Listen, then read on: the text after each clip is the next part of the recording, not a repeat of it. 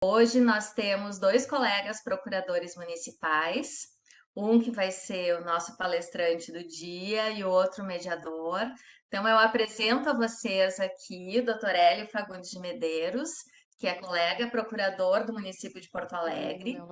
Ele é especialista em direito municipal e mestre em teoria da jurisdição e do processo pela PUC do Rio Grande do Sul, que vai nos falar sobre a tutela provisória em face da Fazenda Pública, dando um panorama geral, abordando alguns aspectos práticos e a sua vivência aqui no município de Porto Alegre e também os seus estudos, já que ele tem livros publicados também, e com certeza vai nos trazer muito do seu conhecimento. A mediação será feita hoje pelo colega Felipe Menezes, também procurador municipal aqui de Porto Alegre, com origens, ele veio um pouco mais de longe, né? Ele veio do Rio de Janeiro, mas escolheu a PUC do Rio Grande do Sul também para o seu mestrado. E ele hoje assessora o gabinete do procurador-geral do município. Então, com vocês hoje, para essa palestra, esses dois colegas, peço a vocês todos que mantenham os microfones desligados, para conforto de todos, e que também façam as suas perguntas pelo chat, que elas serão mediadas pelo Dr. Felipe Menezes e comentadas com o nosso palestrante ao final. Então, muito bom dia a todos, colegas. Passo a palavra a vocês. Por favor, fiquem bem à vontade. Obrigado, Karen. Hélio, vou fazer uma palavrinha aqui inicial já para te passar a palavra e você já começar mesmo a sua palestra. A Karen já me apresentou, então não preciso repetir isso para evitar a tautologia, mas é um ponto específico, cara, que foi importante numa conversa que a gente teve preparatória para essa palestra de hoje do Hélio, de concentrarmos as perguntas. Ele se propõe a responder as perguntas todas ao final, mas como o tema é denso e tem muitas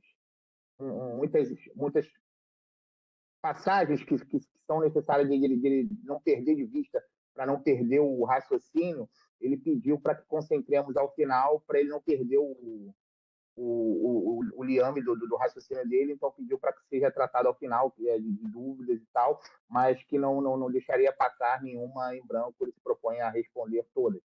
Então, já iniciando a palestra de hoje, de cedinho, agradeço, Karen, o convite.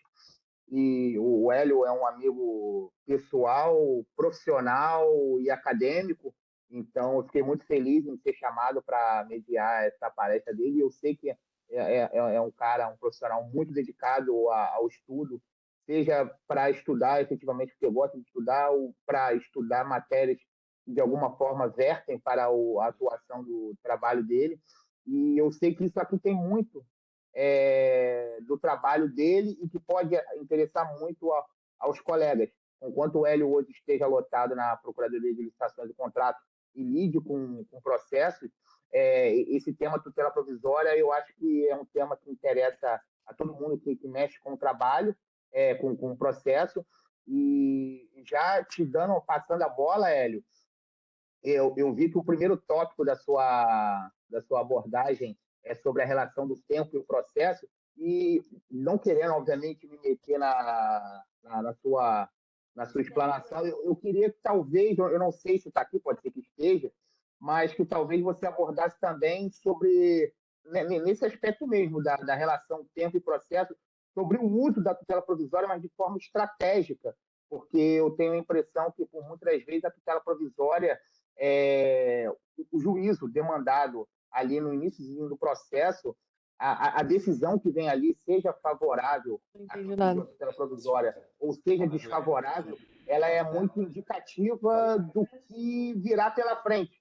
Então, eu tenho o costume de dizer que, muitas vezes, lendo a decisão que apreciou esse pedido, você já consegue ter uma ideia, ainda que ligeira, se você vai perder ou se você vai ganhar aquele processo, obviamente, se ele permanecer nas mãos daquele juiz. Hélio, bom dia, a palavra é sua. Obrigado. Bom dia colegas, é uma satisfação imensa poder participar do programa de residência aqui da PGM.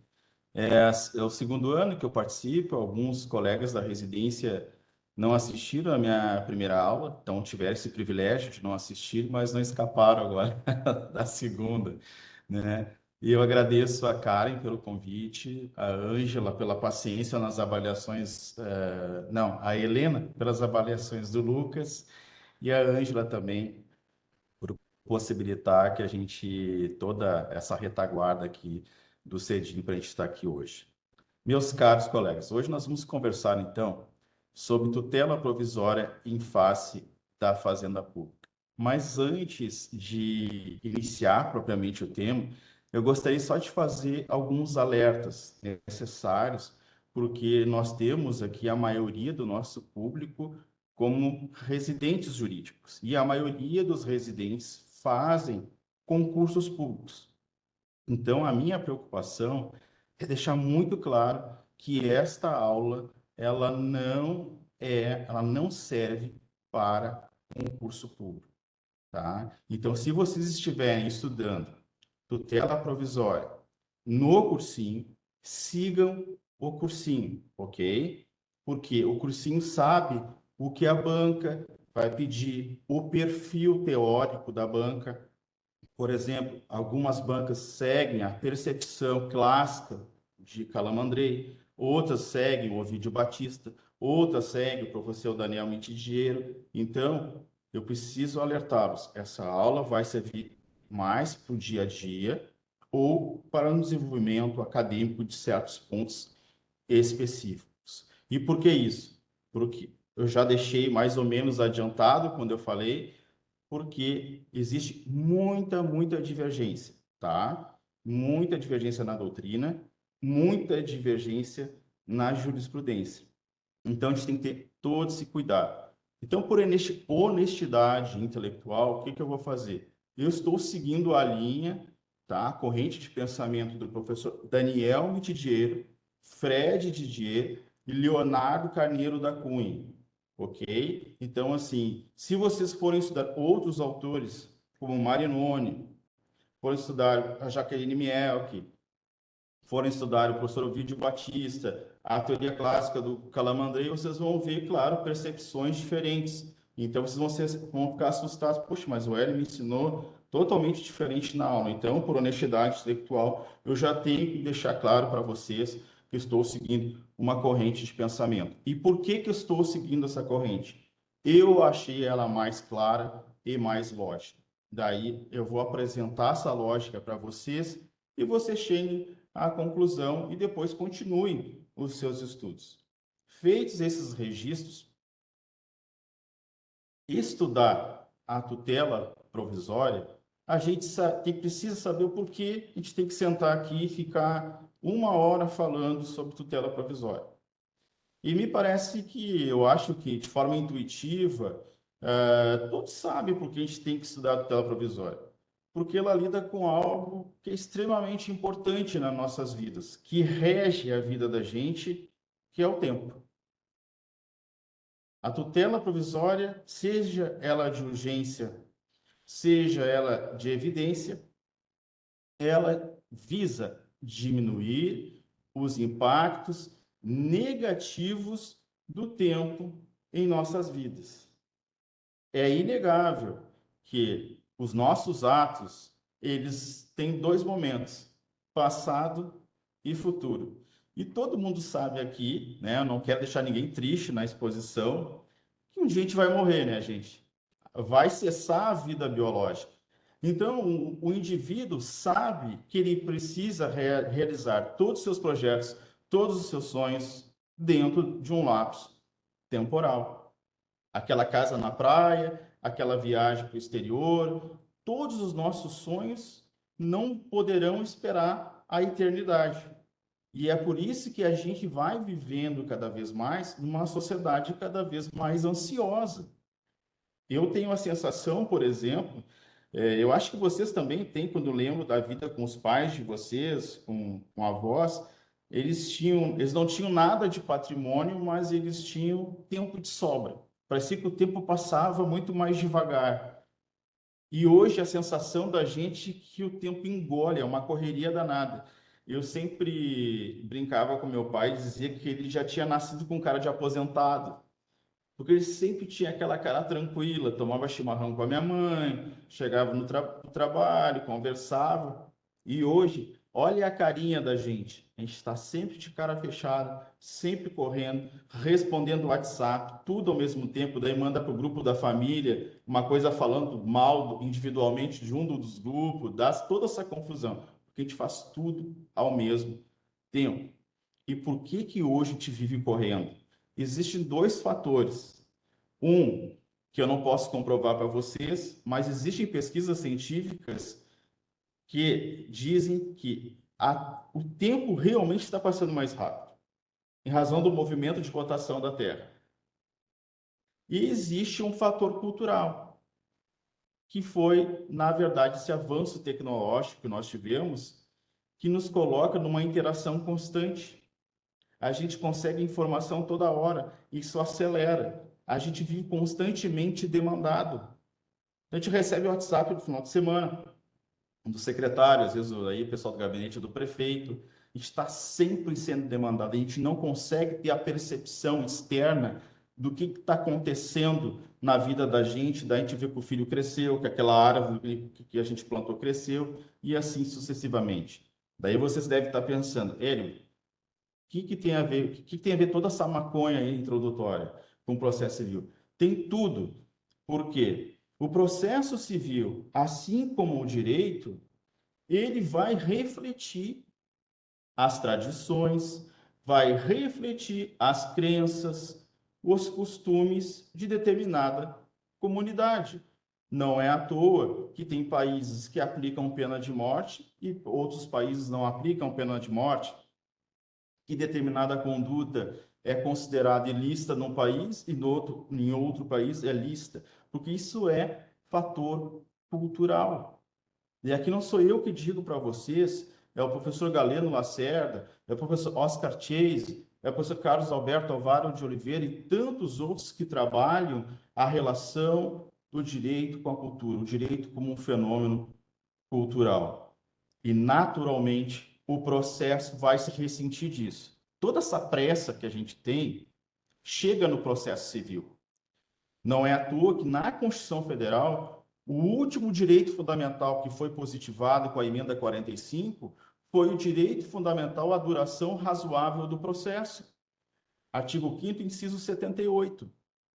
Não é à toa também que no Código de Processo Civil, lá nas normas fundamentais, nós temos no artigo 4º a duração razoável do processo. Então, o legislador se vê na obrigação de criar técnicas processuais que deem vazão à sociedade da pressa. Não é à toa, eu disse agora há pouco com o Felipe, que muitos dos clientes de vocês, quando chegam no escritório de vocês, ele não vai perguntar os honorários. E vai perguntar assim, doutor, vai ser julgada procedente? E quanto tempo vai demorar o meu processo? Doutor, quanto tempo o TJ julga o recurso de apelação?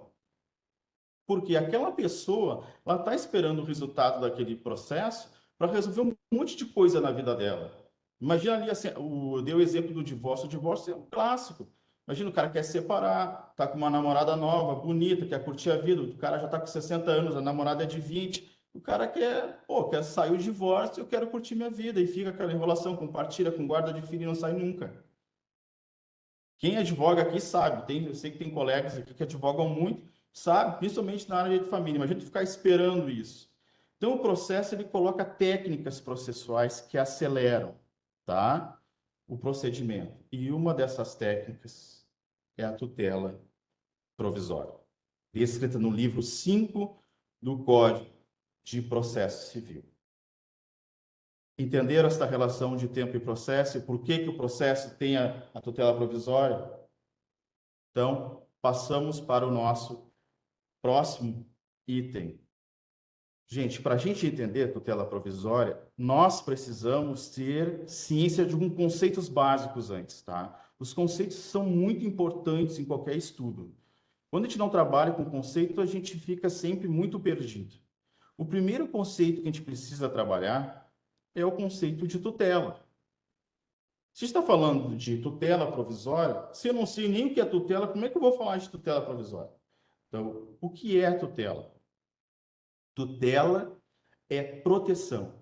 Sempre que alguém está sendo tutelado, está sendo protegido. E quando a gente está falando de tutela de direitos, a gente está falando de proteção estatal. O indivíduo está sendo protegido, protegendo seus direitos através do Estado.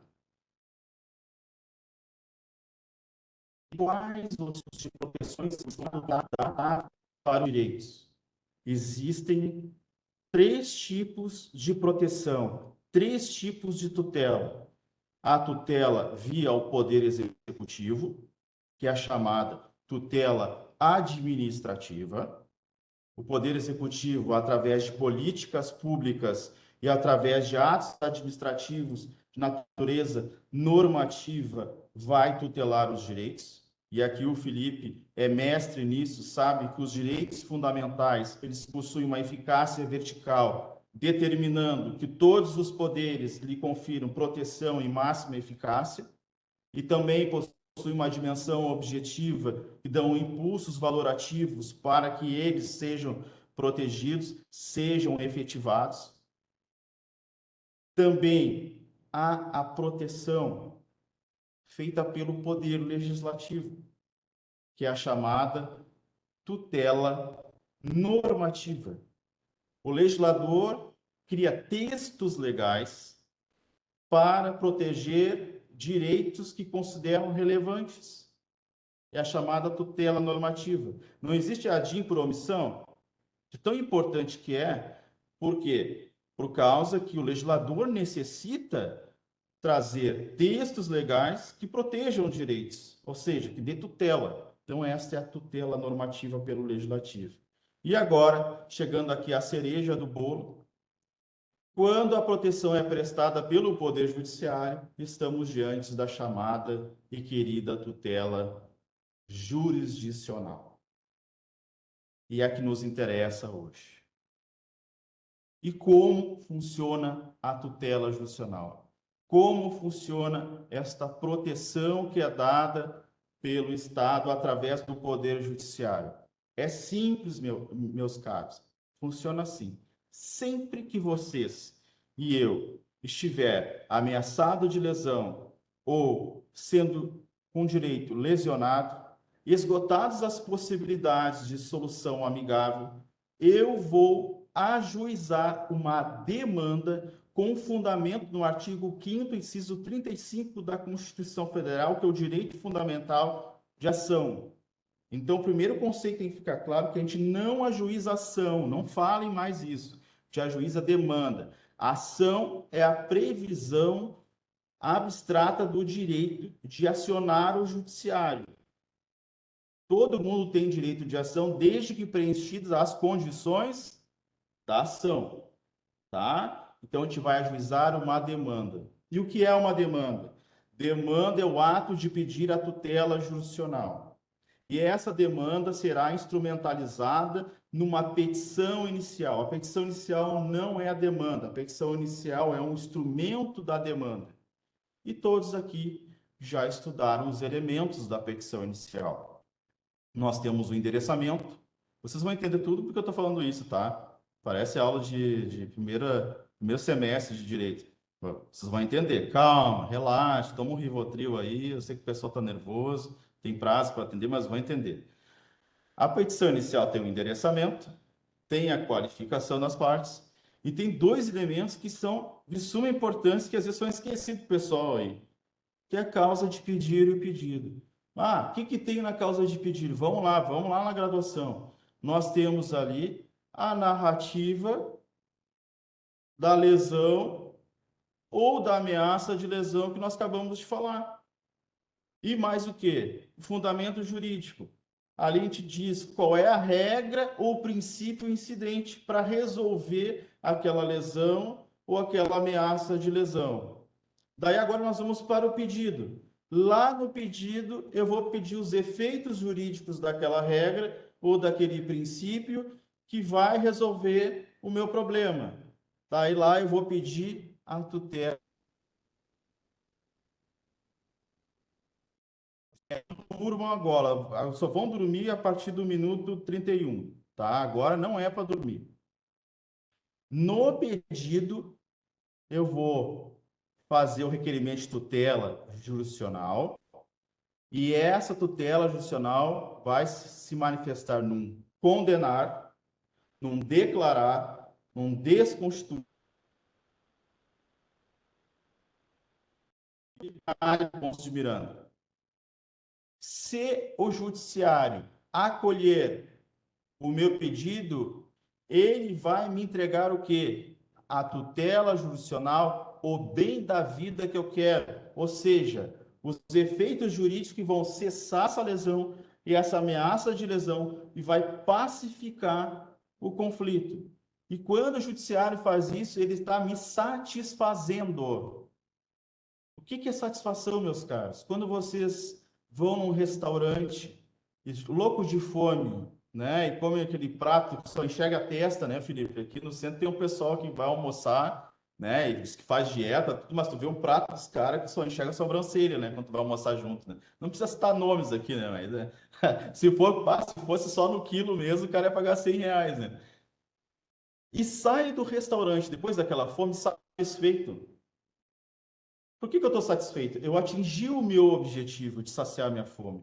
Quando eu faço uma pergunta para o Felipe sobre direitos fundamentais, sobre ações constitucionais, e ele tira a minha dúvida, eu falo, Felipe, eu me dou por satisfeito. Porque o Felipe entregou o que eu queria, quer esclarecer a minha dúvida. Então, estamos diante da tutela jurisdicional satisfativa, porque ela nos satisfaz. E a satisfação aqui é acessar a lesão e a ameaça de lesão ao direito. Ela entrega o bem da vida para todos nós. É a nação de cobrança, a entrega do dinheiro, é a entrega da condenação. Era o que a gente queria. E a tutela jurisdicional satisfativa, compreenderam? Acho que está tudo claro, né? Está de clareza solar. E essa é a satisfação. Quando vocês ajuizam uma ação para o judiciário, vocês querem que o problema que vocês estão levando para ele, que ele resolva assim, de forma provisória? Vocês querem que aquele conflito continue, daqui a um ano o cara ajuize a ação de novo e vocês fiquem brigando com o vizinho? É evidente que não. A gente quer que o judiciário pacifique o conflito. Então, a tutela jurisdicional satisfativa ela é definitiva porque ela põe fim à discussão, põe fim à crise jurídica que foi instaurada. É por isso que ela se desenvolve em cognição exauriente. O que é cognição? Cognição é ato de conhecer. O juiz vai se debruçar de forma exaustiva sobre as provas, sobre as alegações e vai formar seu juízo de convencimento. E é isso que dá o caráter definitivo e forma o que nós conhecemos de coisa julgada.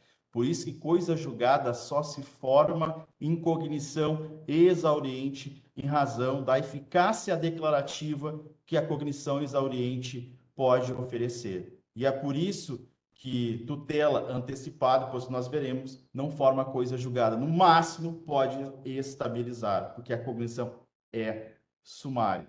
Então, a tutela jurisdicional satisfativa, ela é definitiva, porque ela forma coisa julgada, e ela não vai ser substituída por outro provimento, porque como ela definiu o conflito, acabou com a briga, não vai ter outra discussão, tá? Me parece claro isso, é definitivo, acabou, gente. Olha, se a Sandra tinha jogado uma ação comigo, estava brigando com a Sandra, não tem mais. Eu gostei ou não, gostou, não gostou, vai para casa igual, acabou.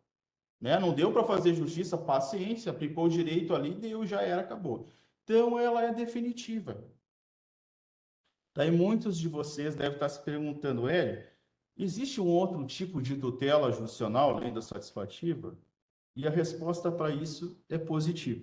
Sim, existe a chamada tutela jurisdicional cautelar, que também é definitiva, também é final e também se desenvolve em cognição exauriente. Vocês aprenderam lá com Calamandrei, lá com Ovídio, que era a tutela sumária, que era provisória, e o código repete isso, tá? Mistura conceitos. No Código de Processo Civil, o que aconteceu? Tem gente que não sabia nada de tutela provisória, resolveu ajudar o legislador, e tem gente que misturou as duas teorias de Ovídio Batista e Calamandrei e foi tentar ajudar o legislador, e deu aquilo no que deu, saiu o bebê de Rosemary.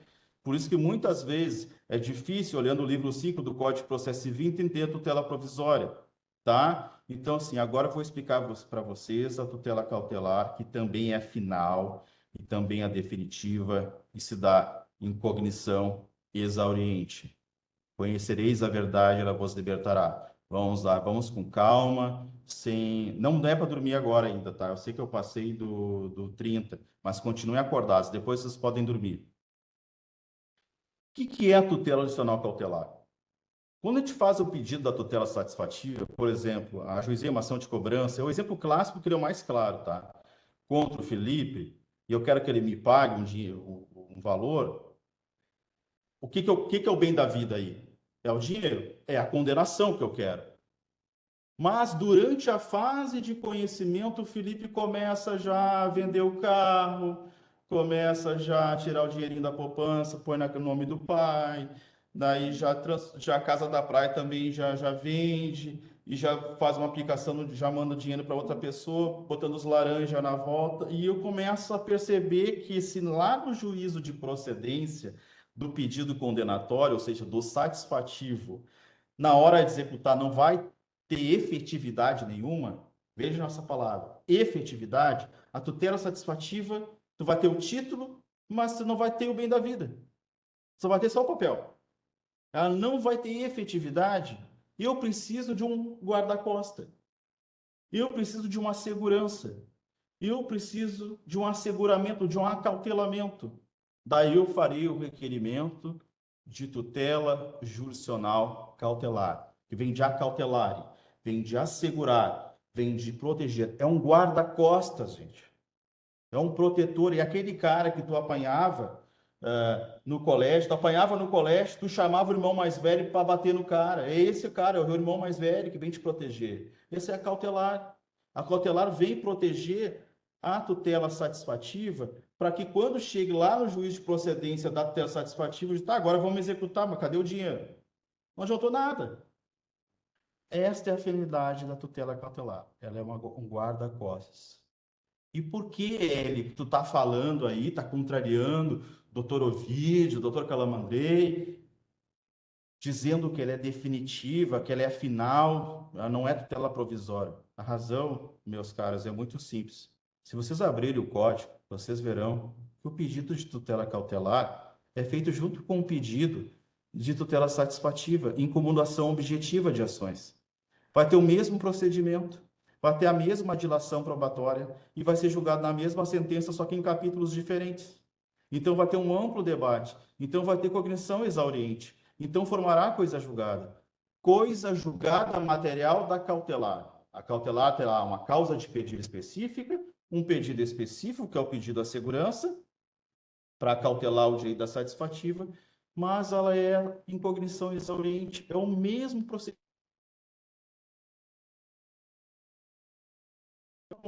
Exigindo. Logo, ela vai formar coisa julgada. Ela vai ser definitiva. Então, a tutela cautelar, ao contrário do que a gente aprendeu na visão do professor Daniel Mitidiero, Fred Didier, Leonardo Carneiro da Cunha, tá? Existem outras formas de pensamento, eu as respeito. Ela é final e forma coisa julgada. Daí vocês devem estar pensando, mas olha só, no código está dizendo que ela perde os efeitos. Como é que ela é definitiva se perde os efeitos? Colegas, não existe contradição entre definitivo e temporário. A tutela cautelar ela é definitiva porque forma coisa julgada, em cognição exauriente, mas ela só perde os efeitos quando a tutela satisfativa dá o bem da vida. E perder os efeitos não a transforma em tutela provisória, mas sim em temporária. E qual é a diferença entre provisório e temporário? Aqui eu vou deitar e rolar e vou citar exemplo de um grande colega, que ainda estou brincando, não vou citar exemplo, não, eu já vi, já vi gente apavorada aqui. Vou citar um exemplo para vocês aqui do próprio programa de residência. Do programa de residência para os residentes, ó, da residência para os residentes, vocês não são temporários, vocês são provisórios. E por quê? Terminado o tempo de vocês, vocês serão substituídos por outros residentes. Provisório é tudo aquilo que será substituído por outra coisa. O temporário simplesmente ele acaba. Vamos por mais um exemplo. O cidadão que é namorador, a cada 2 meses ele troca de namorada, tá? Ele troca de namorada, não simplesmente acaba o namoro. Esse namoro não é temporário, é provisório. A namorada é provisória, porque ela vai ser substituída por outra. Vamos para o exemplo também do futebol. Quando o técnico é demitido, não fica um interino. Por que ele é interino? Porque ele é provisório, vai ser substituído por outro cara que vai ser contratado. Isso é provisório. Temporário é aquilo que não é substituído. Então, a tutela cautelar ela é definitiva.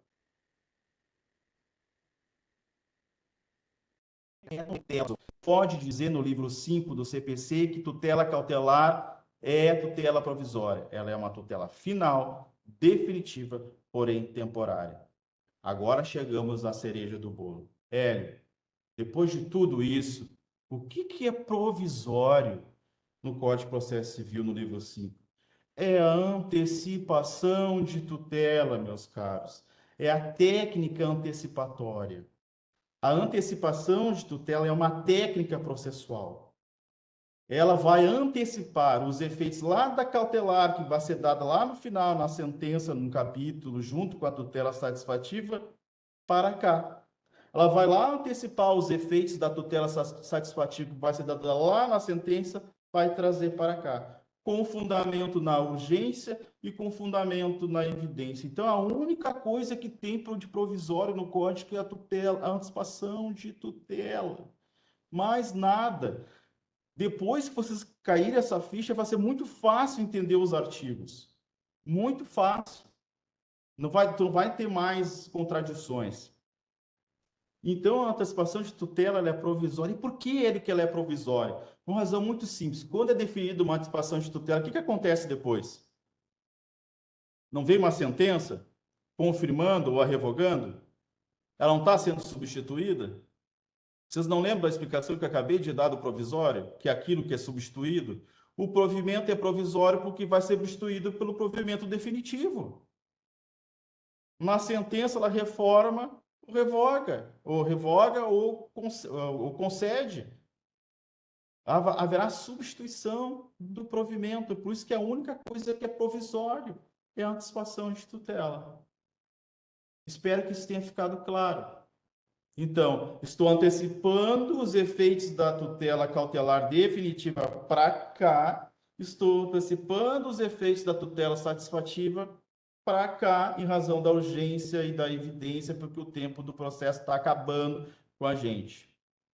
Feito isso, estabelecidas essas premissas, agora sim, tudo que eu falar aqui, ó, quando eu falar tutela provisória, a partir desse momento da aula, eu estou falando de antecipação de tutela. E quando eu estou falando de antecipação de tutela, eu estou falando de tutela provisória. Ok, tá certo, ninguém desmaiou, tá todo mundo bem. O doutor Felipe está bem, está penteado, está com os livros dele lá, que leu todos, grande jurisconsulta aqui da PGM. Doutor Rafael Pinheiro ali está na elegância, doutora Sandra também está quase dormindo, mas ela está firme, né? Está em desdobramento astral, estou vendo já o corpo espiritual dela meio que do lado, assim, né? Então, é uma mediunidade incrível, né? Não é a minha palestra que dá sono, nunca é o cara, né?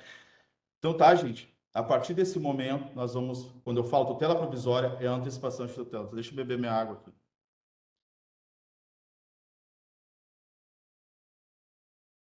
O artigo 300 do Código de Processo Civil começa a tratar a antecipação de tutela com fundamento na urgência. Então, nós temos a antecipação de tutela na urgência e na evidência. A evidência está lá no artigo 311 e a urgência está aqui no artigo 300, ok? Agora nós vamos estudar a antecipação de tutela cautelar, a antecipação de tutela satisfativa. Feito isso, vamos para os requisitos. Aqui é bacana de estudar, o que os autores falam, eles falam e não explicam nada, e tu fica lendo. Cara, o que eu li de coisa para explicar isso, assim, para deixar de uma forma didática, e ninguém fala coisa com coisa para assim, né, Felipe? A gente brinca, né, Felipe, do papo, parece papo de maconheiro, fica aquela coisa, ninguém se entende. Olha, então, assim, agora vamos fazer uma coisa bem simples para a gente entender. Diz o código no artigo 300. A tutela de urgência será concedida quando houver elementos que evidenciem a probabilidade do direito e o perigo de dano ou risco ao resultado útil do processo. Primeira observação: os requisitos ali previstos são tanto para a tutela, antecipação de tutela cautelar, tanto para antecipação de tutela satisfativa, ou seja, era para os dois pedidos, tá? Houve uma unificação de requisitos no Código de Processo Civil de 2015, ok? Tá? É para os dois.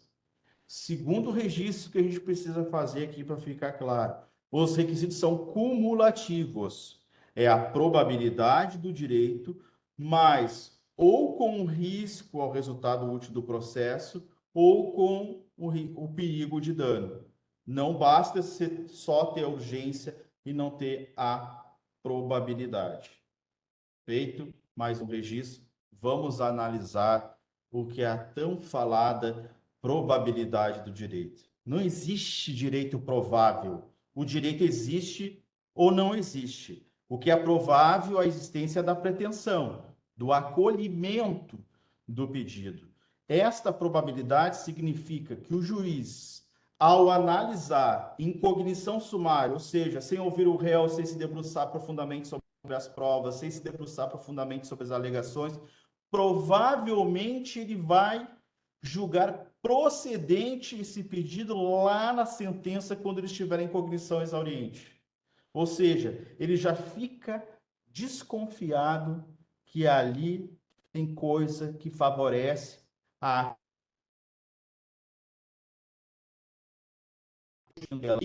não é de certeza, o juiz é de probabilidade. O que seria o juízo de probabilidade? O grau mais aproximado possível com a verdade, mas em palavras simples, tá? Basta que o juiz fique desconfiado. Ó, estou desconfiado que o cara tem razão. Ele está autorizado a concluir que a pretensão é provável.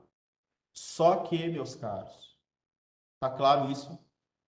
Probabilidade é que essa pretensão provavelmente vai ser julgada procedente num juízo de desconfiança, não de certeza, embora a certeza também seja um estado psicológico subjetivo. Perfeito? Agora, o pulo do gato aqui, que muitas vezes acontece nas ações, e acho que todos vocês já passaram por isso. Olha, chegamos até aqui, eu, Lucas, umas 2 semanas atrás, o juiz deferiu uma tutela provisória contra o município assim. Defiro o pedido de tutela provisória porque as alegações foram contundentes, foram verossímeis. Ele assim, mas que cara, assim, nossa, mas esse cara deve ter sido muito bom de retórica. O juiz leu a petição do cara, olhou as alegações, e as alegações foram de excelência.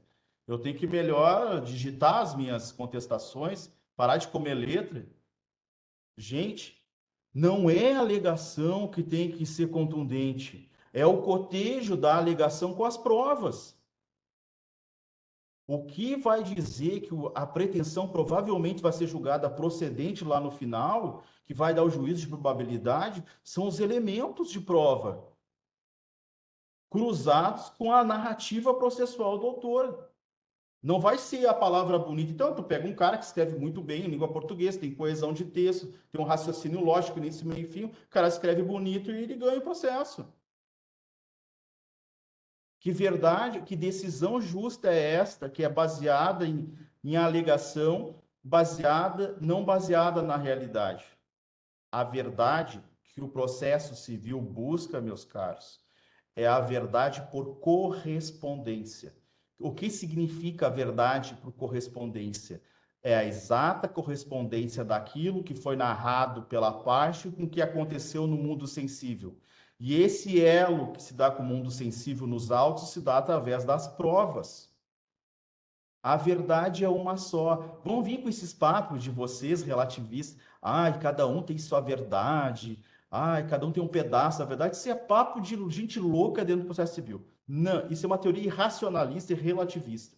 O processo civil trabalha assim: a verdade é uma só. O fato aconteceu, o fato não aconteceu. Ponto. É verdade por correspondência. Não trabalha a verdade por coerência. A verdade por coerência é isso que eu acabei de falar. A coerência dos argumentos induz o juiz a se convencer que aquilo aconteceu de determinado modo. Isso é verdade por coerência. Existe a verdade por consenso. Eu me sento aqui com o Lucas, me sento com a Sandra, com o Felipe. Eu acho que aconteceu de tal jeito. Também concordo. Isso aqui, verdade por consenso. Mas o processo civil trabalha por verdade por correspondência, trabalha com realidade. Não trabalha com essa maconha pura de ficar falando assim, cada um tem sua verdade. Se cada um tem sua verdade, não existe mais certo e errado. Cada um pode fazer o que quiser. A gente não tem mais referência moral e filosófica para nada. E como é que a tutela judicial vai se basear na aplicação do direito que não é baseado na realidade? Que justiça é essa? Decisão justa pressupõe que as narrativas correspondam ao que aconteceu no mundo físico. E é isso que eu estou querendo dizer para vocês. Então não deixe o juiz vir com esse papo louco, né, surreal, que essa viagem filosófica, dizer que as alegações do autor foram suficientes para definir tutela provisória. Faça um agravo de instrumento com uma voadora no pescoço. Vocês têm que fazer isso. Não permitir que isso aconteça. Tá? Não é baseado em alegações. Então, isso eu quero dizer para vocês. O juiz é óbvio que vai ter que fazer uma valoração superficial da prova na cognição sumária para definir a tutela provisória. É óbvio que ele vai ter que entrar, analisar a prova que ali foi produzida. O que difere, e que tem que ficar claro, gente, é que o grau de convicção que ele está exigindo para conferir aquela tutela provisória é muito menos exigível que aquela que ele vai exigir lá na sentença.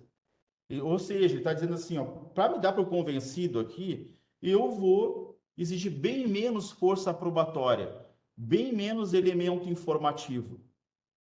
Mas lá na sentença eu vou ser mais rigoroso. Isso está falando, em outras palavras, em estándares probatórios. Esse é um importante tema para artigo científico. Qual o estândar probatório que o juiz deve usar para se dar para o convencido da tutela provisória? Estândar probatório são critérios que são utilizados para dizer o seguinte: qual é o critério objetivo para o juiz dizer que X está aprovado? Porque o Lucas pode se convencer, por exemplo, muito menos que eu em determinada prova e eu exigir mais grau de convicção para dizer que algo está aprovado. Isso são os estándares probatórios. Então, espero que tenha ficado claro essa questão da probabilidade do direito. Ela é uma desconfiança que o juiz, que provavelmente a pretensão será acolhida em cognição exauriente. Passamos agora para aquilo que realmente revela a urgência, que é o perigo de dano e o risco ao resultado útil do processo. Esses dois termos também, a doutrina se bate, fala e não explica nada. Daí, assim, eu tive assim que elevar meu pensamento ao universo, aos anjos, para tentar fazer um raciocínio para trazer uma explicação. Esqueçam conceitos de perigo de dano, de risco ao resultado útil do processo. Esqueçam. Faz tudo que é uma coisa só, tá? Pensem assim. Sempre quando a tutela final que vocês pediram, seja ela cautelar, seja ela satisfativa, correr o risco de não ter nenhum sentido, nenhuma efetividade em razão da demora do processo, vocês estão diante da urgência. Viu que não precisa de conceito? Não precisa de conceito. Basta vocês verificarem se a tutela final de vocês corre o risco de não ser útil, não ser efetiva em razão da demora do processo. Então, não precisa saber se que é perigo de dano, que risca o resultado útil do processo, é só olhar a tutela final. Sempre a tutela final lá satisfativa, seja ela cautelar, se demorar o processo e não ter nenhuma efetividade para mim, o tempo está me causando prejuízo, então eu preciso que aquilo que vai ser dado lá seja dado aqui. Entenderam? Tá claro? Sim, tudo certo. Ninguém desmaiou, todo mundo firme. Pois bem, explicado isso, precisamos estudar algo bem legal, que só é exigido esse requisito para antecipação de tutela satisfativa. Para o deferimento da antecipação de tutela satisfativa, é necessário que o provimento seja reversível. E aqui é muito importante, que a gente tem muitas tutelas provisórias irreversíveis contra o município.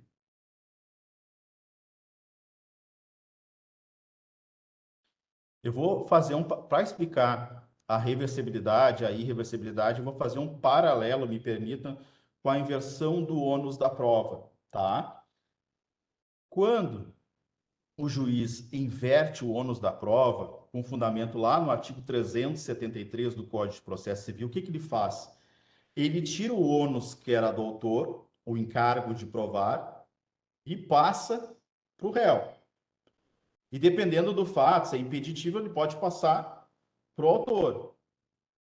Só que a legislação, então houve uma inversão de ônus, né? Aquele dano que ia ser suportado, aquele ônus que era do autor, passa para o outro. Do outro passa para o autor, dependendo do caso. Há uma transferência de ônus. Só que existe uma regra no ônus da prova, que não permite a inversão do ônus da prova quando a prova for diabólica. Ou seja, eu faço a inversão, empurro para o réu, mas o réu não tem condições, é impossível de produzir aquela prova. Acabo praticamente condenando o réu, né, a sofrer ao juízo de procedência, porque ele não vai conseguir se desincumbir. Essa é a prova diabólica. Memorizado isso, memorize isso. Agora vamos fazer o paralelo com a antecipação de tutela.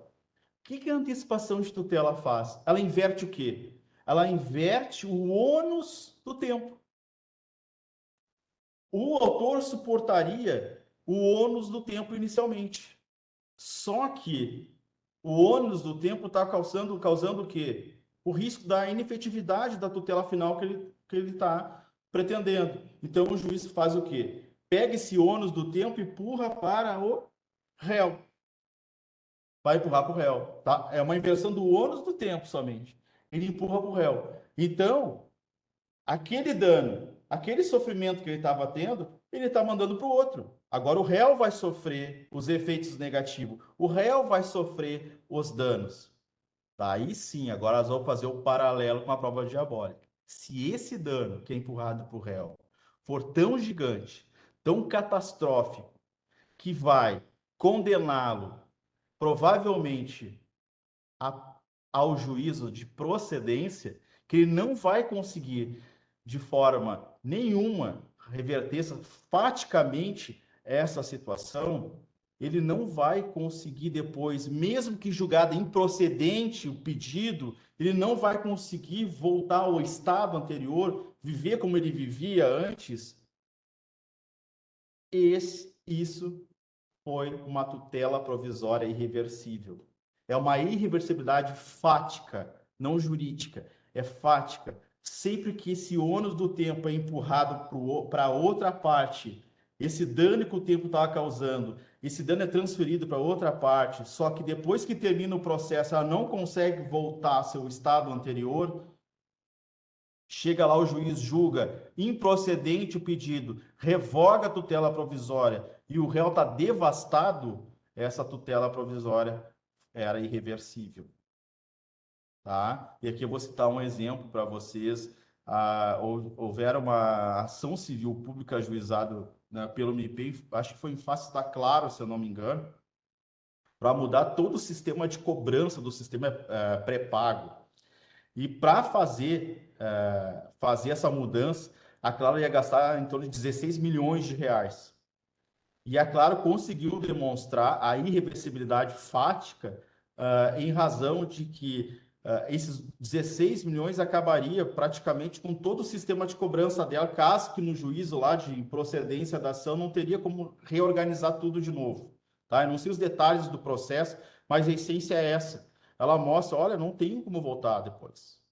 Eu não tenho como voltar como era antes a situação. E isso vai ter que ser visto, meus caros, caso a caso, porque é fato. Quando a gente fala de fato, não existe um fato igual ao outro. Então, a gente vai ter que ver quando a tutela provisória é requerida contra o município, se aqui de natureza satisfativa, nós vamos ter que ver se depois que terminada a ação, ela for julgada improcedente, nós vamos ter que pensar para o futuro, obviamente, né? Pensar para o futuro, se o município vai conseguir voltar ao estado anterior sem grandes prejuízos, tá? Então, isso se consiste a irreversibilidade. Caso a caso, vendo que depois, olhando lá para frente, se julgar, mudar do provimento, o município não vai acabar se prejudicando ao ponto de que não vai conseguir retomar o estado anterior.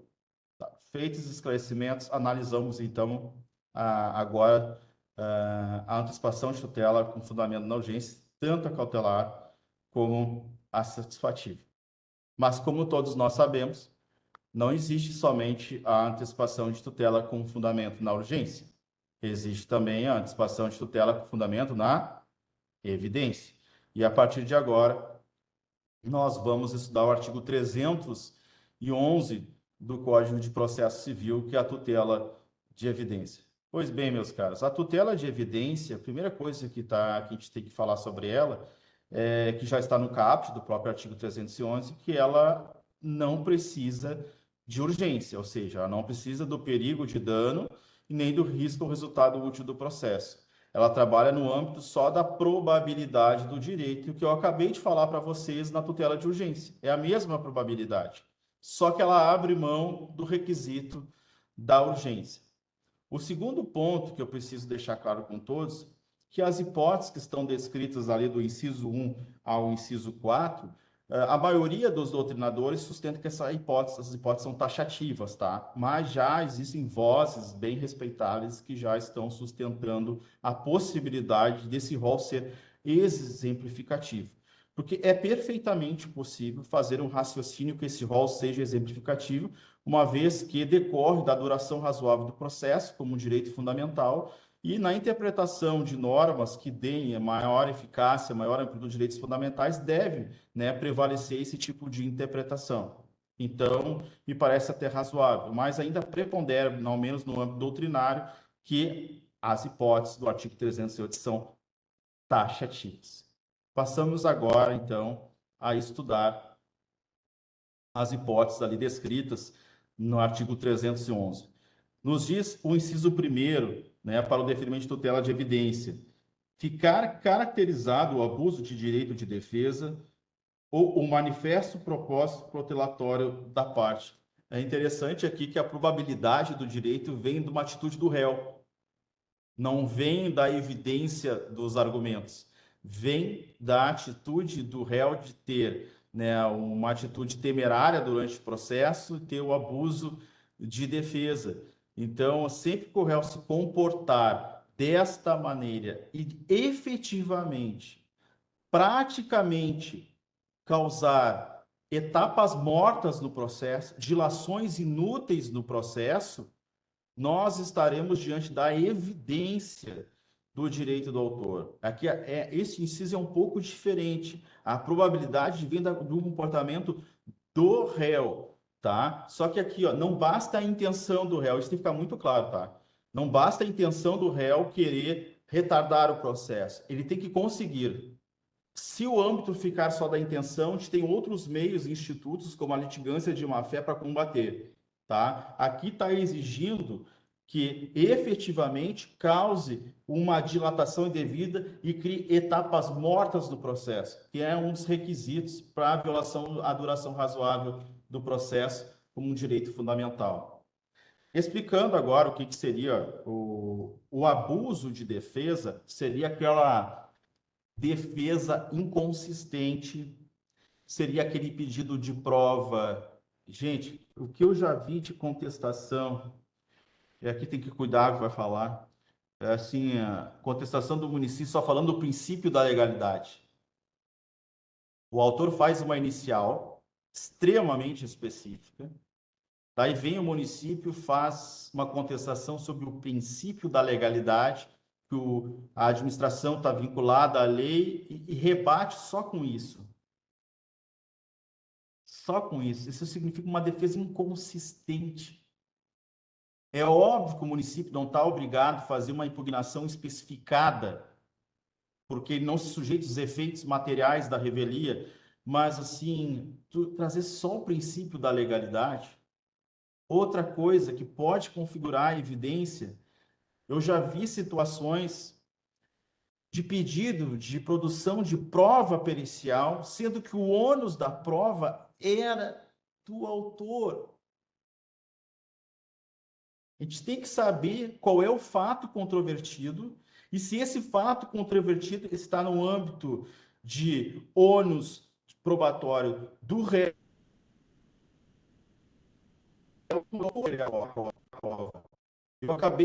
Eu acabei já, em outras situações, pedindo a desistência dessas provas periciais que foram requeridas.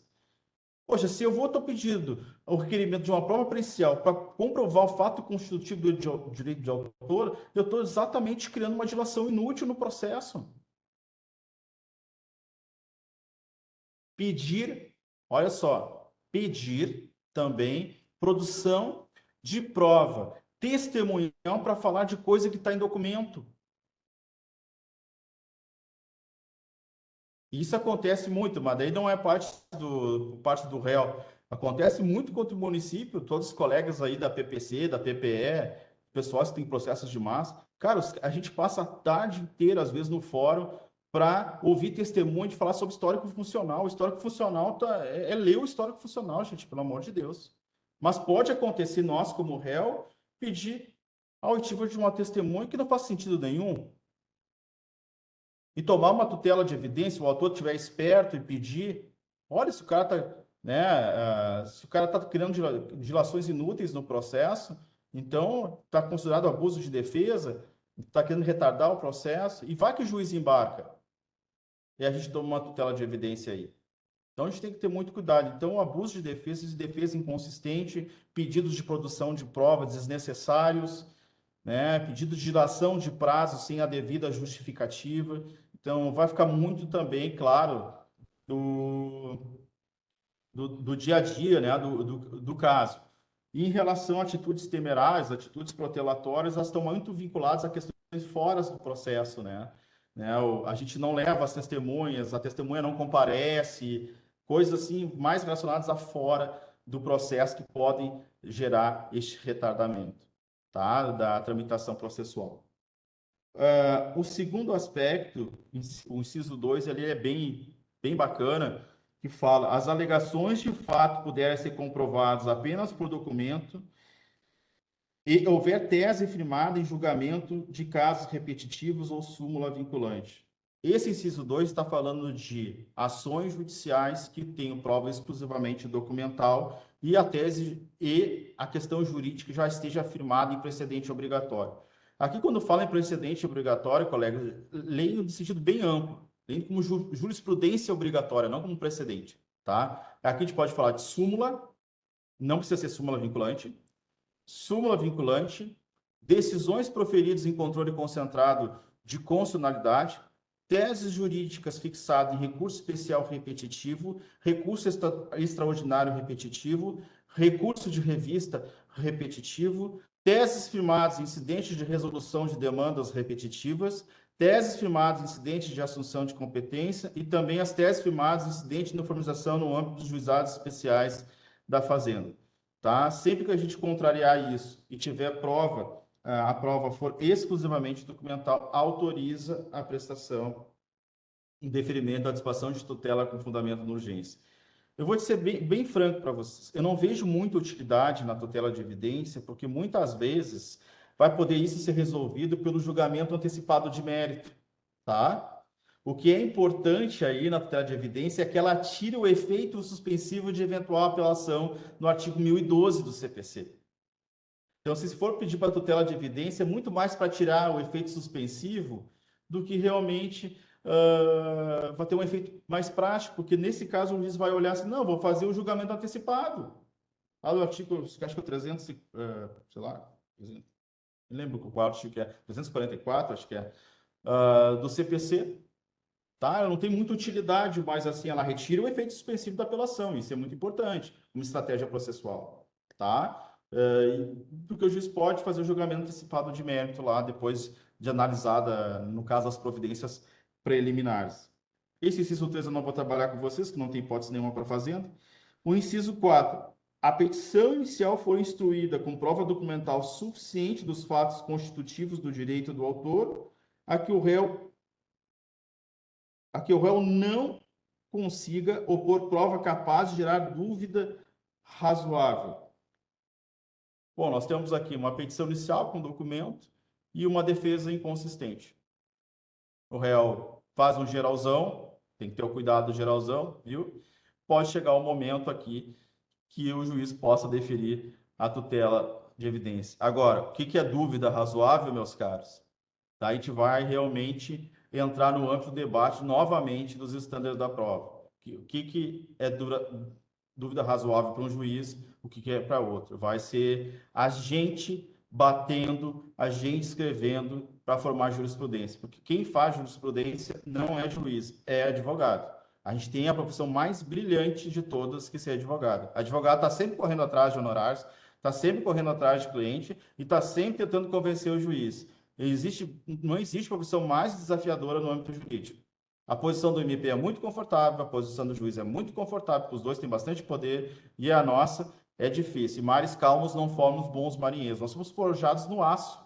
Então é a gente que faz o jurisprudência. Então a gente vai ter que dizer o que é essa dúvida razoável aqui são as nossas teses. Somos nós em cima dos juízes tentando demonstrar o que realmente seria essa dúvida razoável. Mas eu não vejo muita utilidade, como eu disse, porque poderá ver o julgamento antecipado do mérito. Feito esclarecimento sobre a tutela de evidência, que pode se dar tanto na cautelar como na satisfativa, daí eu errei no meu roteiro que eu mandei para os residentes, tá? Existem autores que dizem que a evidência não se aplicaria à cautelar, tá? Mas eu não vejo, depois eu analisei com calma, eu vejo assim, eu não vejo... pode haver hipótese que existe evidência num pedido de situação de tutela cautelar. Pode ocorrer. A vida é muito rica em situações e pode ocorrer facilmente que tem uma tutela de evidência no ambiente cautelar. Agora vamos aí para a parte que vocês vão me bombardear de pergunta, que eu sei, que é quanto ao momento do requerimento da antecipação de tutela. A antecipação de tutela, seja ela cautelar, seja ela satisfativa, ela poderá ser requerida em caráter antecedente ou incidente. Antecedente é quando a urgência é tão urgente que já antes de botar a inicial, tu já está com a urgência quente. É uma mega urgência e tu precisa fazer uma petição muito rápida. O incidente é o pedido que se faz ao longo do processo. O processo já tá rolando e a gente faz o pedido, surge uma situação de perigo durante o processo, a gente faz na audiência de instrução, a gente faz ali na réplica, a gente faz antes da sessão de julgamento, a gente faz por ocasião da sentença. Então, esse é o pedido de tutela provisória que é feito em incidente. Ele pode ser pedido na inicial, pode ser pedido na audiência de instrução, em qualquer momento do processo, com uma petição simples. Tu faz o pedido de tutela provisória em incidente, seja ela cautelar, seja ela satisfativa. Ok? Algumas coisas assim que acho que é importante a gente conversar muito rapidamente. Nossa, já passou tanto tempo. Muito rapidamente com relação ao pedido de tutela cautelar em incidente, tá? Por exemplo, pode acontecer que o juiz defira a tutela provisória em capítulo na sentença. Todo mundo já viu isso, né? O juiz defere a tutela provisória na sentença. Qual o resultado disso? Tira o efeito suspensivo da apelação, ok? Tá. Pode acontecer que o juiz, e eu já vi isso, e para mim me caiu os boteados do bolso, o juiz julgou improcedente o pedido, mas manteve a tutela provisória que ele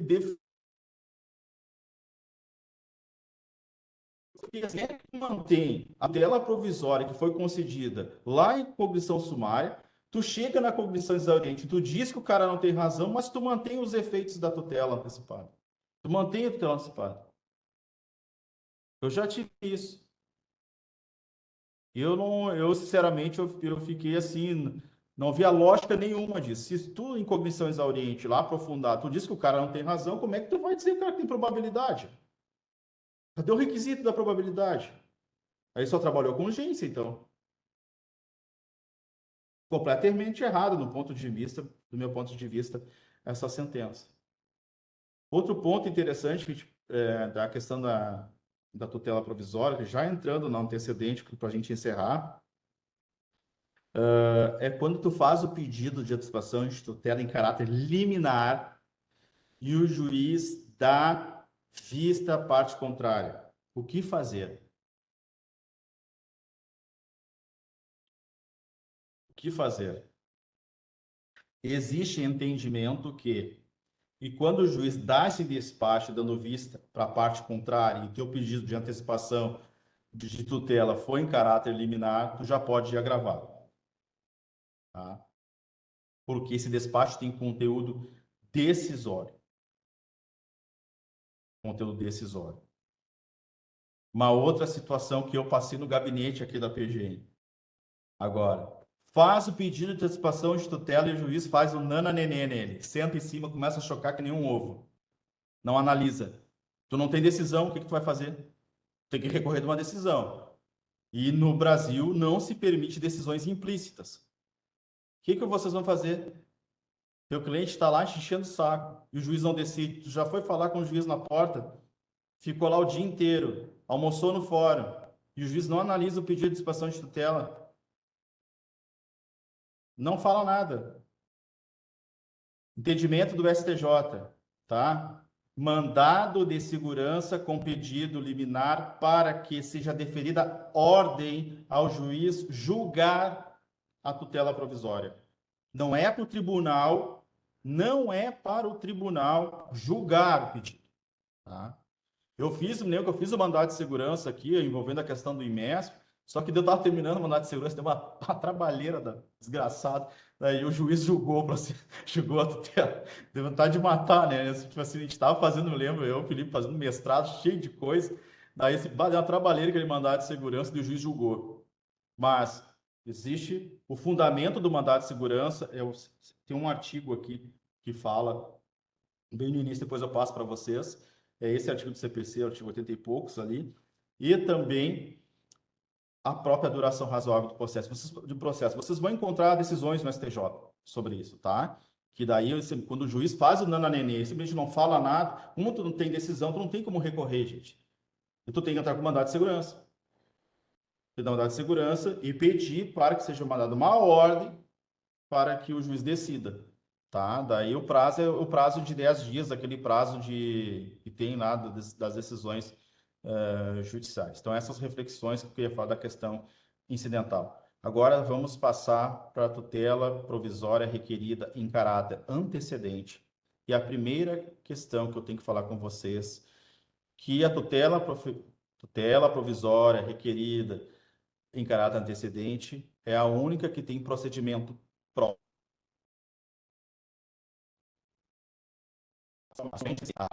São descritas no artigo 303 ao artigo 310, tá? Iniciamos, então, pelo pedido de antecipação de tutela provisória de natureza satisfativa em caráter antecedente. Isso acontece quando é tão urgente a situação que tu não tem tempo de fazer uma petição inicial bem elaborada, então tu vai fazer um pedido simples, que tu vai narrar o perigo de dano, o risco ao resultado útil do processo, a probabilidade do direito, e só vai indicar a tutela final que tu quer e o pedido de tutela provisória. Tá? Vai fazer essa petição simples, vai descrever, então, os pressupostos da tutela satisfativa antecipada. E depois, se o juiz deferir o teu pedido de antecipação de tutela, tu será intimado para, em 15 dias, complementar a tua petição inicial, tá? Dá 15 dias para te juntar mais documentos, 15 dias para te trazer a causa de pedido mais completa em relação à tutela final, né? 15 dias para aprimorar as tuas questões probatórias. Se tu não complementar nesses 15 dias após essa intimação, o processo será extinto sem resolução de mérito, ok? No caso, se tu faz o pedido de tutela antecipada satisfativa em caráter antecedente, o juiz indefere a tutela provisória, tu será intimado para que em 5 dias emende a tua inicial. Se tu não emendar a inicial, será também extinto o processo sem resolução de mérito. É uma decisão terminativa, não faz também coisa julgada. Pode surgir uma pergunta agora inicial. Hélio, tá indeferida a petição inicial, eu emendei a minha inicial, perdão, indeferida o pedido de tutela provisória, eu emendei minha petição inicial e recorri e foi deferida a minha tutela provisória, eu vou ter talvez a possibilidade de estabilização da tutela provisória? Sim. Agora vamos falar da estabilização.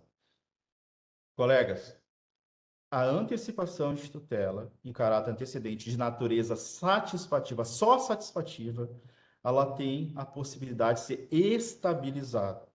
Os seus efeitos poderão se perpetuar. Quando acontece isso? Quando, lá naquele pedido inicial, que é a minha pré-petição inicial, eu já digo que eu quero me valer do procedimento da antecipação de tutela antecedente. Eu emendo a minha inicial, eu faço tudo certinho. E também, quando, depois de tudo isso, deferida a tutela provisória, o réu não recorrer. Tá? Eu entro com pedido de antecipação de tutela em caráter antecedência, eu faço tudo certinho, a tutela provisória é deferida, seja no segundo grau, seja no primeiro grau, e o réu se mantém inerte. Inerte. Essa decisão será estabilizada. Aí nós temos que cuidar, ter muito cuidado, por isso que é importante diferenciar o que é cautelar e o que é satisfativo. Por quê? A antecipação de tutela de natureza antecipada, antecedente satisfativa, ela estabiliza. A cautelar, não. E se tu não sabe a diferença de satisfativo e cautelar, tu vai embarcar achando que os efeitos estão estabilizados, mas a questão é cautelar, não é satisfativo, só satisfativo estabiliza. Então, precisa saber bem a diferença. Então, vai estabilizar. A estabilidade é diferente de coisa julgada. O que pode fazer, então, se tu não recorreu? Depois, tu tem direito a entrar com uma ação no prazo de 2 anos para, aí sim, desconstituir esses efeitos, transformar essa ação que foi feita em conclusão sumária em exauriente, daí sim tentar mudar o rumo do processo. Então, a tutela antecipação. Mas agora uma coisa bem importante para todos vocês. O código fala em recurso, tá? Se o réu não recorrer, estabiliza. Mas bastante nomes respeitáveis dizem que o que se combate ali é a inércia. Se eu contestar antes do prazo recursal, eu tiraria a inércia. Se eu entrar com um pedido de suspensão de liminar, eu retiraria a inércia. Então, aquele recurso pode ser lido como algo mais amplo, tá? Não somente recurso, só se estabilizaria caso o réu se mantivesse inerte na defesa e também qualquer outro meio de impugnação, tá? Isso tem que ficar muito claro. Então, mas assim, tomem cuidado. Faça uma leitura bem conservadora de recurso, tá? De recurso. Mas já existem entendimentos que essa inércia se estende a toda e qualquer impugnação. Se tu impugnar de alguma forma aquela decisão que deferiu a tutela provisória antecipada em caráter antecedente, não estaria configurada a estabilização, ok? Então, assim, esses são os cuidados que a gente precisa ter. A decisão, se caso não recorrida, não combatida, ela vai deixar os efeitos seus serão estáveis, mas não forma coisa julgada. Daí, qual é daí a diferença de estabilização e coisa julgada? Pois bem, tá? Todo mundo fala e ninguém explica nada. Muito... Bom, existem vários tipos de estabilidades processuais. Na verdade, são três, né? A preclusão, essa estabilidade da tutela provisória e coisa julgada. A coisa julgada só se dá em cognição exauriente, como eu acabei de falar. Essa cognição aí de tutela provisória era sumária, então ela não faz coisa julgada, é uma estabilização. Tanto é que o autor pode ajuizar uma ação confirmatória depois para gozar dos efeitos da coisa julgada. O que eu entendo aqui como uma diferença prática da coisa julgada para a estabilidade, para fins práticos, para quem advoga? Eu acho assim, a estabilidade incide sobre os efeitos, a coisa julgada sobre o conteúdo. Isso quer dizer que uma outra discussão envolvendo o mesmo litígio que não seja para retirar esses efeitos da tutela estabilizada, ela será permitida, porque isso só é atingido pela coisa julgada. Então, assim, essa seria a diferença. A coisa julgada ela é mais ampla, tá, do que a estabilidade. Aí os efeitos estão estabilizados, mas aquilo que foi discutido no âmbito do processo, como foi em cognição sumária, tu vai poder trazer essa discussão em outros processos, desde que não seja para retirar os efeitos que foi proferido nessa decisão, tá? Então, agora, não consigo imaginar, vou ser sincero para vocês aqui, eu não posso mentir, eu não consigo imaginar uma coisa prática, eu não consegui pegar isso na procuradoria ainda, tá? Para explicar isso para todos vocês. Então, acho que o mais importante da antecipação de tutela antecedente satisfativa é isso. E a cautelar satisfativa tem ali o procedimento dela própria, daí vocês mesmo leem em casa, não tem muita novidade. E agora passamos realmente para o fim do fim de tudo, que é a tutela provisória contra a Fazenda Pública. Gente, a tutela provisória em face da Fazenda Pública, ela é regida por duas leis, tá? Hoje, atualmente, é a Lei 12.006, que é do Mandado de Segurança, de 2009, no artigo 7º, parágrafo 2º, e a Lei 9494, de 97, tá? Agora, em 2021, tá? Em 2021, transitou em julgado a ação direta de inconstitucionalidade 4296, tá? Advinda do Distrito Federal. Nessa ação direta de inconstitucionalidade, o parágrafo 2º do artigo 7º, parágrafo 2º da Lei do Mandado de Segurança foi julgado inconstitucional. As proibições que constavam no artigo 7º, parágrafo 2º da Lei do Mandado de Segurança foram julgadas inconstitucionais, né? A ratio decidente fica muito clara, deixando também o dispositivo que foi declarado inconstitucional, mas a ratio deixa uma coisa clara e muito importante, que esta inconstitucionalidade se restringe aos pedidos previstos naquele dispositivo em mandado de segurança. O que consta ali? É pedido de reclassificação de servidor, pedido de inclusão de vantagem de pessoal, de vantagens pecuniárias de servidor em folha de pagamento, tudo assim muito vinculado ao servidor. Então, sempre que impetrado o mandado de segurança antes da ADI, era proibido o deferimento de tutela provisória, seja ela cautelar, seja ela satisfativa, em relação àquelas matérias. A partir da ADI, a partir de 21/10/2021, esse dispositivo julgado inconstitucional, sempre que essas pretensões forem vinculadas por mandado de segurança, o juiz vai ter que analisar só os requisitos gerais. Não vai poder mais usar o artigo 7º, parágrafo 2º. Ok? Foi declarado inconstitucional, mas em mandado de segurança. Se a mesma pretensão for utilizada em ação ordinária para colocar em folha de pagamento, para dar vantagem pessoal, aí sim tem a proibição, mas daí pela lei 9494 de 97. Então a restrição, a declaração de inconstitucionalidade, ela ficou restrita às pretensões de reclassificação, vantagem pessoal, de compensação de crédito tributário ali que consta, quando essas pretensões são vinculadas em mandado de segurança, não em ação ordinária.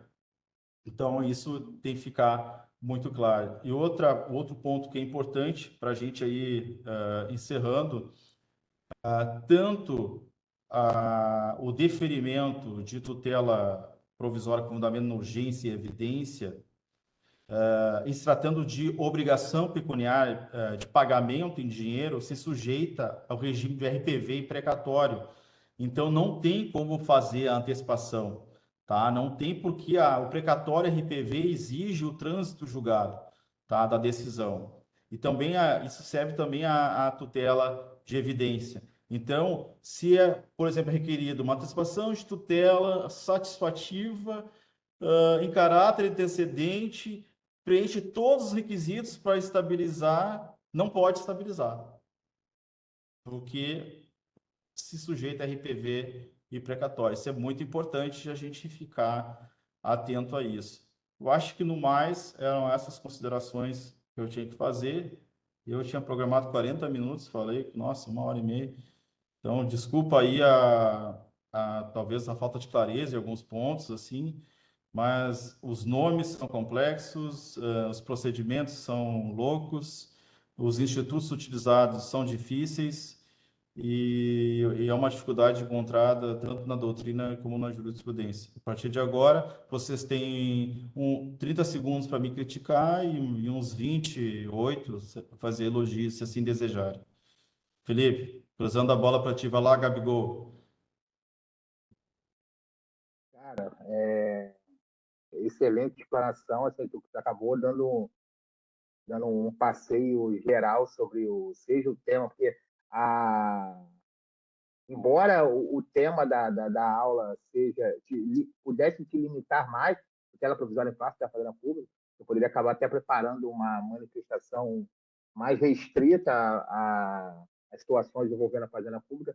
Você acabou dando uma aula primeiro sobre o Instituto, como está no processo civil, em linhas gerais, até porque eu acho que assim ficaria muito mais fácil de estabelecer premissas para você trabalhar, no caso da tutela provisória, em desfavor da fazenda pública, até para compreender por que a Lei 9494, a Lei 2016 e a Lei 8437, elas trazem condicionantes para o deferimento de medidas liminares em desfavor da fazenda pública, quando não há esse benefício, assim podemos dizer, em relação à iniciativa privada. E o Supremo já teve a oportunidade, mais de uma vez, de reconhecer a constitucionalidade desse tratamento diferenciado na seara processual, muito por conta dos interesses envolvidos. E uma coisa que eu achei interessante, você acabou não abordando, mas, obviamente, tinha 1 milhão de coisas para falar. Se você pegasse todo pontinho da sua fala e mergulhasse para trabalhar, problematizar aquilo ali, você ia levar um dia falando sobre o assunto. Mas a flexibilização que se faz, porque tanto o CPC quanto essas leis que tratam de medidas liminares contra a fazenda pública, essas normas trazem aquela previsão de que a medida liminar não pode esgotar o objeto da ação, é a questão da irreversibilidade, como diz o CPC, mas o que a gente vê muitas vezes no caso concreto, obviamente por questão de ponderações de interesses ali envolvidos em relações processuais, envolvendo a fazenda pública, eu já vi várias decisões que esgotavam o objeto no caso concreto, mas, obviamente, porque o interesse envolvido ali, o caso mais clássico dos clássicos, é a decisão liminar que defere a entrega de medicamento.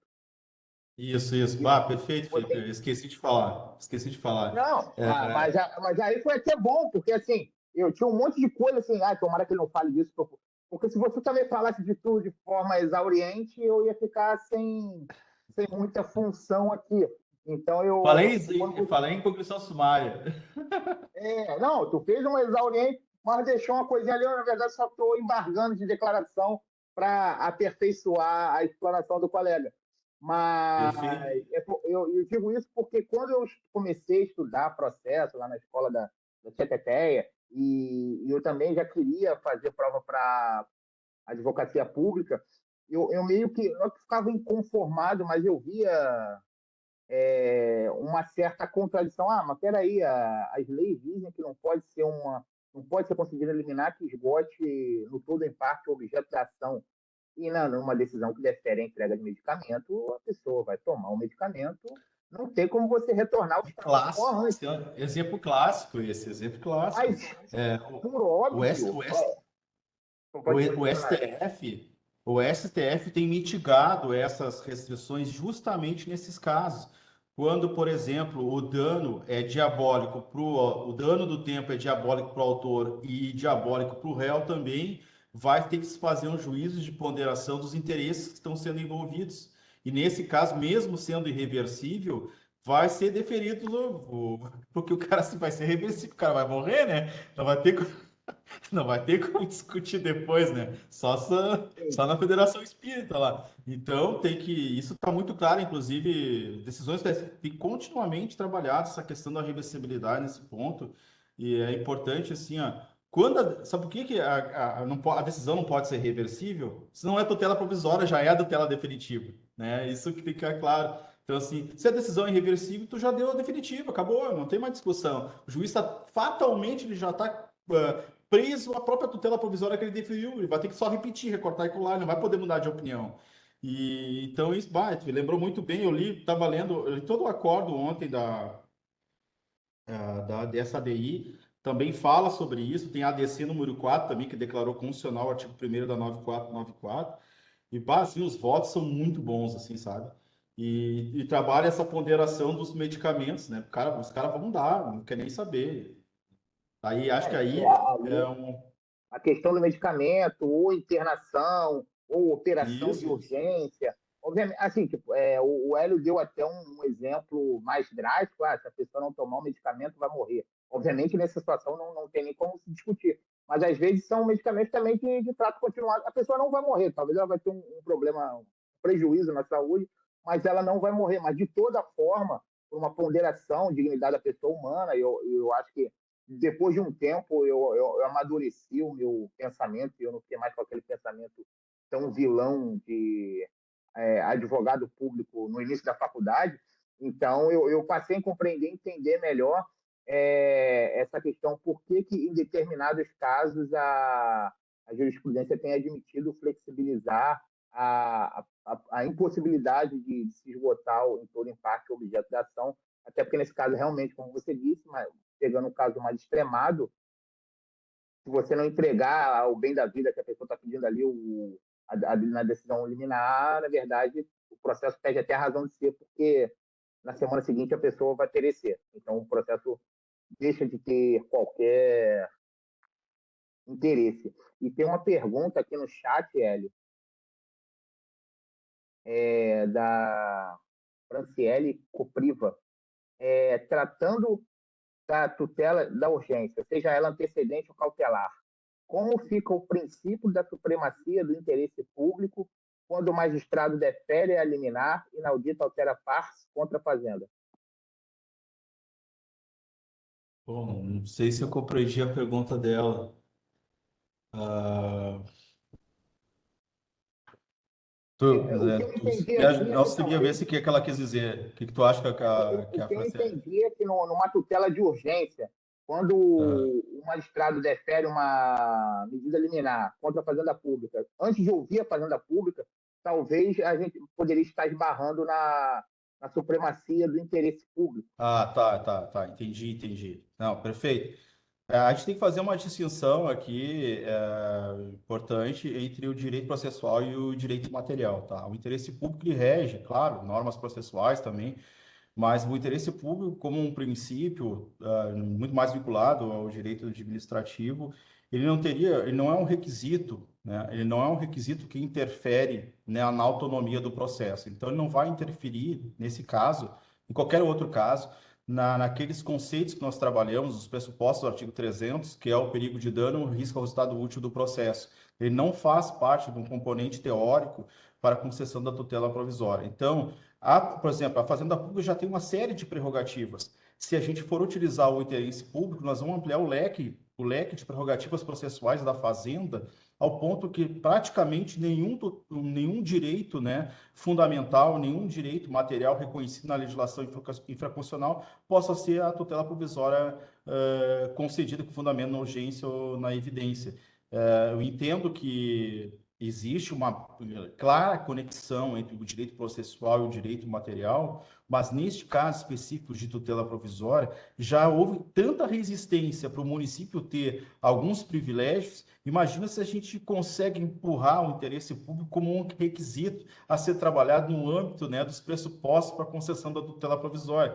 Então, isso daí nos daria um potencial de nunca ter uma tutela provisória deferida contra nós. Então, assim, nesse sentido, espero que tenha sido claro e obrigado pela pergunta. Só para fazer uma corroboração, Hélio, para ajudar, se é que me cabe, mas eu acho que, na verdade, o princípio da supremacia do interesse público ele acaba sendo já concretizado nesse tratamento diferenciado que a Fazenda Pública possui processualmente. Então, a Exato. partir do momento que já existem regras que determinam como é que essa decisão em tutela de urgência vai ser deferida contra a Fazenda Pública e o magistrado ali ele tem que observar regras que, na verdade, ele não precisaria observar num processo envolvendo entes privados, aí o princípio da supremacia do interesse público já está sendo concretizado e Sim, sim. então eu acabei até vendo aqui porque tipo, existem realmente algumas situações, isso também vai muito do feeling do magistrado, Franciele, porque existem muitas situações em que a própria lei da ACP prevê a possibilidade de deferimento de liminar como sem justificativa prévia. Então, eu acho que muitas vezes, a depender do objeto, e a lei do mandado de segurança também prevê que, no caso de liminar em Isso, mandado de isso foi objeto da DI, viu? Só que daí, no segurança, mandato de segurança coletivo, tem o artigo 20, parágrafo 2º, sim, foi objeto da DI também. prevê a. Agora, eu não lembro se ela foi declarada inconstitucional, essa oitiva preliminar, só que no mandato de segurança, tá? Não foi na ação civil pública. Tem que dar uma olhada depois. Então, 22, parágrafo 2º, sim, foi julgada inconstitucional. Mas, de toda forma, porque esse dispositivo ele impunha a obrigatoriedade. A liminar só poderá ser concedido. Então, assim, o juiz ele não tinha nem discricionariedade de verificar se, naquele caso ali, havia necessidade ou não de justificativa prévia. Só que Uma a própria lei da coisa CP importante. prevê a possibilidade, o artigo 12 ali, do juiz, ao conceder a liminar, de se valer de justificativa prévia. E às vezes acontece isso aqui no município de Porto Alegre, às vezes vem uma ação civil pública tratando de caso complexo, sensível, delicado, então acaba que o magistrado, recebendo a petição inicial, antes dele deferir, ele intima o município para falar em 48 horas. Aí chega em questão de urgência, existe um trato da. Porque aí vocês podem pensar, mas não é PROC 48 horas, mas tem 10 dias ali para abrir, então acaba sendo 12 dias. Não, mas aí existe um alinhamento da Corregedoria da PGM com a Corregedoria do Tribunal de Justiça. Em casos assim, chega lá um vermelhinho, uma intimação, e a gente abre no dia que recebe. Então, nosso prazo começa a correr mesmo, a gente realmente vai ter que responder em 48 horas. Mas isso vai muito do fim do magistrado. No caso recente que eu me lembro agora de cabeça, que foi todo mundo se for de Porto Alegre. Na verdade, não precisa nem ser de Porto Alegre, no Brasil inteiro isso aconteceu, envolvendo as questões de passe livre nas últimas eleições. Nós tivemos 3 ações aqui no gabinete da PGM, envolvendo o mesmo objeto, e em todas as ações, a gente conseguiu fazer que todas as ações concentrassem, por óbvio, na mão do mesmo magistrado, para a gente não ter o risco de decisões contraditórias, mas fato é que foi determinado que antes de fosse dada a liminar que pediram, que o município se manifestasse e trouxessem as informações, até para que o juiz possa julgar o pedido ali. Obviamente, a manifestação do município não é exauriente, eu tento até não exaurir para não, quando acontece comigo, para não adiantar a minha linha defensiva e talvez a parte contrária ajeitar o processo para piorar minha situação na contestação, mas fato é que eu acho que facilita até para o magistrado decidir a tutela de urgência ali, porque ele acaba ouvindo os dois lados, né? Porque quando a gente ouve só um lado da história e não ouve o outro, a gente tende a ir para aquele lado que contou a história bonitinha, principalmente como disse o Hélio, se for alguém que tem uma boa retórica, redija bem. Então, isso é bem interessante, isso vai realmente, no final das contas, vai do feeling do magistrado. Hélio. Olha, é só coisas bem rapidinhas para vocês, assim, ó. Quando a gente sabe que tem requisitos de tutela provisória específicos nos procedimentos especiais, na lei de locação, por exemplo, né? Quando a gente não consegue aqueles requisitos específicos que estão lá na legislação especial, dá para trabalhar com esses requisitos gerais, viu? Do artigo 300, tá? E do 311. Então, são sempre que a gente não consegue lá na lei de locações ou numa lei específica lá nas possessórias, se tu não consegue trabalhar os requisitos que são específicos do procedimento especial, dá para aplicar o artigo 300 e tentar construir. Eu já fiz isso quando eu advogava na iniciativa privada, claro que não levei, né? Mas assim, pô, o cara tem que tentar, advogado tem que tentar, não pode ficar, não vai dar certo, não vou escrever. Então, é possível isso, tá? Outro ponto que eu não falei para vocês, que é bem importante, o réu tem direito à tutela provisória, viu, colegas? Por quê? Pô, vai cair, vocês vão cair para trás agora, tá? O que que acontece? Quando o autor ajuiza a ação e o Estado julga improcedente, ele está prestando também a tutela judicial para o réu, dizendo, protegendo o réu do autor. E pode haver circunstâncias que o réu necessite de uma tutela provisória para gozar dos efeitos da improcedência, tá? Então, assim, pode acontecer, é perfeitamente cabível tutela provisória para o réu. De uma hora, se fosse aprofundar isso aqui, fica bem difícil, assim, mas é perfeitamente, a doutrina aceita, é só não conseguir fazer uma pesquisa de jurisprudência, mas, assim, é muito razoável, porque o tempo, ele pode prejudicar tanto o autor como o réu, não é só o autor, não existe um processo civil do autor. Por exemplo, ontem peguei um caso assim, ó, foi deferida uma tutela provisória contra o município, a gente cumpriu a decisão, foi bloqueado os nossos valores, foram bloqueados. A gente, o que aconteceu? A gente bloqueou, foram bloqueados os nossos valores, a empresa que nos devia nos devolveu o dinheiro e era isso que o MP queria. Agora eu preciso desbloquear esses valores. Daí eu fiz um pedido para o juiz, o pedido simplesmente sentou no pedido e o secretário está em cima. Ontem eu comecei a fazer um pedido de tutela cautelar incidental, um pedido liminar pro réu. Pro réu. Então, porque o tempo do processo agora está me prejudicando, não está mais prejudicando o autor, está me prejudicando, entendeu? Então, assim, é perfeitamente possível. Eu sei que tem advogados militantes aí que estão ouvindo. Então, observe, os direitos processuais são para todos. As técnicas processuais criadas são para todos, é para autor e réu. É isso que acho que me restava falar por hoje.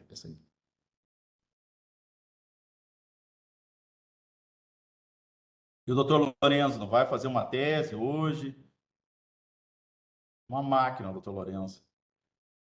Não, ele apareceu com Ô, doutor presença. Hélio, Grande, doutor Lorenzo. tranquilo? Não, é que a aula, eu acho que a aula foi tão completa assim, na verdade, que eu tô até ainda digerindo algumas das coisas, né? Digerindo é bom. Depois paga aqueles R$ 100. Viu? Não, Hélio, eu acho que é isso. Não tenho mais considerações a fazer que não fosse tomar muito tempo dos colegas, já respondidas as perguntas e feitas as suas emendas ao final. Então, eu acho que agradeço a presença de todos que estão aqui voluntariamente ou coercitivamente. E agradeço o convite ao Cedinha, a Karen, que me convidou, e ao Hélio, pela palestra, que foi certamente trouxe esclarecimentos sobre muitos pontos que às vezes a gente acaba deixando passar ou esquece, porque não fica voltando na matéria, mas é um ponto que eu tenho para mim que é um ponto estrategicamente os mais importantes no processo, seja para perder o processo, seja para ganhar o processo. Então, parabéns pela aula, Hélio. Prazer. Bom descanso agora. Vou descansar agora a tarde Bom almoço a inteira. todos e até a próxima. Até a próxima.